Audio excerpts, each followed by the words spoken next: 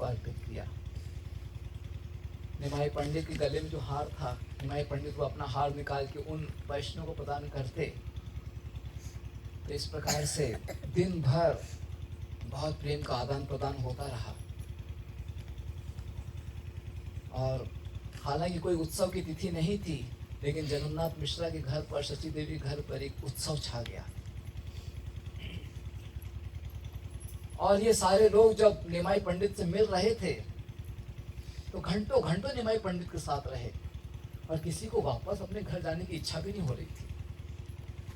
तो देखते देखते निमाई पंडित के घर पर वैष्णव का बहुत बड़ा समुदाय बन गया, क्योंकि वैष्णव आ रहे थे, भेंट दे रहे थे, कुछ वैष्णव जाते थे लेकिन फिर से आ जाते थे। ऐसे बहुत सारे वैष्णवगण निमाई पंडित के घर पर थे। निमाई पंडित ने उनके साथ पुनः हरि नाम कीर्तन किया। हरे कृष्णा कृष्णा कृष्णा हरे हरे, हरे राम राम राम हरे हरे। और घंटों घंटों कीर्तन के आस्वादन के पश्चात महाप्रभु रुके और कहा कि जीवन में चाहे कैसी भी परिस्थिति हो, हम सदैव एक दूसरे से संबंधित रहेंगे, और अपने उन संबंधों में हम सदैव कृष्ण के प्रति जो हमारी आराधना है उसको ही प्राथमिकता देंगे। भजो कृष्णा, कहो कृष्णा, करो कृष्ण शिक्षा। इस प्रकार से महाप्रभु ने सबको संदेश दिया कि सदैव हम कृष्ण के नामों का उच्चारण करते रहें, कृष्ण की आराधना करते रहें, कृष्ण के संदेश को अपने जीवन में पालन करते रहें। कृष्ण ही हमारे जीवन के केंद्र हैं, और कृष्ण के प्रति हमें अपने जीवन को समर्पित कर देना चाहिए। कृष्ण ही हमारे पिता है, कृष्ण ही हमारी माता है, कृष्ण ही हमारे प्राण धन है।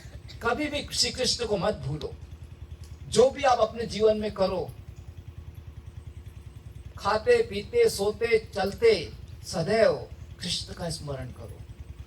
और कृष्ण का स्मरण करने के लिए जो सबसे अच्छी विधि है वह है हरिनाम संकीर्तन। हरे कृष्णा कृष्णा कृष्णा हरे हरे, हरे राम राम राम हरे हरे। तो इस प्रकार से पुनः घंटों घंटों हरिनाम कीर्तन रहा।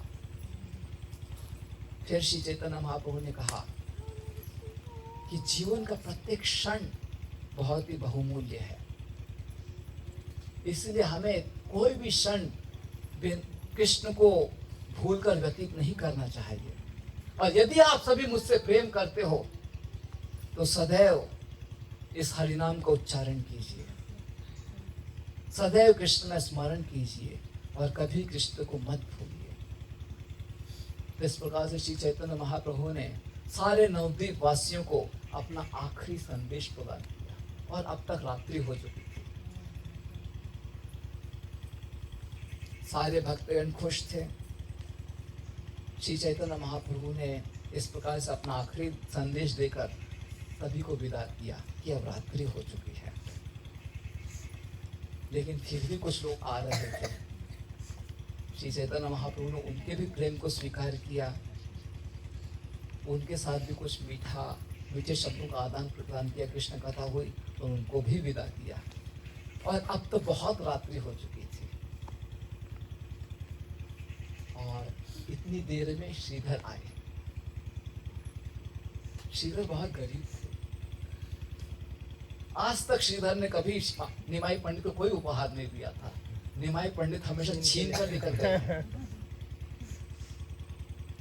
और श्रीधर कभी महाप्रभु के घर पर नहीं आए हैं। श्रीधर को मालूम ही नहीं था कि श्रीधर शिवास ठाकुर के घर पर एक बार आए थे। श्रीधर को मालूम ही नहीं था, भक्तगण लेकर आए थे। ये निमाई पंडित के घर पर कभी श्रीधर नहीं आए थे। लेकिन आज श्रीधर भी, उनके मन में कुछ भावना हुई, और वे भी प्रेरित हुए कि मुझे निमाई पंडित से मिलना है और मुझे कुछ लेकर जाना चाहिए। आज दिन भर निमाई पंडित अपने घर पर थे, सारे वैष्णव उनसे मिलने के लिए आए। निमाई पंडित आज श्रीधर की दुकान में नहीं गए थे, और श्रीधर, क्योंकि हर दिन का ऐसा होता था कि निमाई पंडित श्रीधर की दुकान में आते थे और उनसे घंटों घंटों वाद विवाद होता था। लेकिन आज निमाई पंडित उनकी दुकान में नहीं आया और इतनी रात हो गई। निमाई पंडित ने सोचा कि अब मुझे ही जाकर, श्रीधर ने सोचा कि अब मुझे ही जाकर निमाई पंडित से मिलना चाहिए। लेकिन क्या भेंट दूं मैं? दुकान में जो भी केले थे, केले के पत्ते थे, वो सब तो बिक चुके थे। तो उनकी यहाँ पर कुटिया में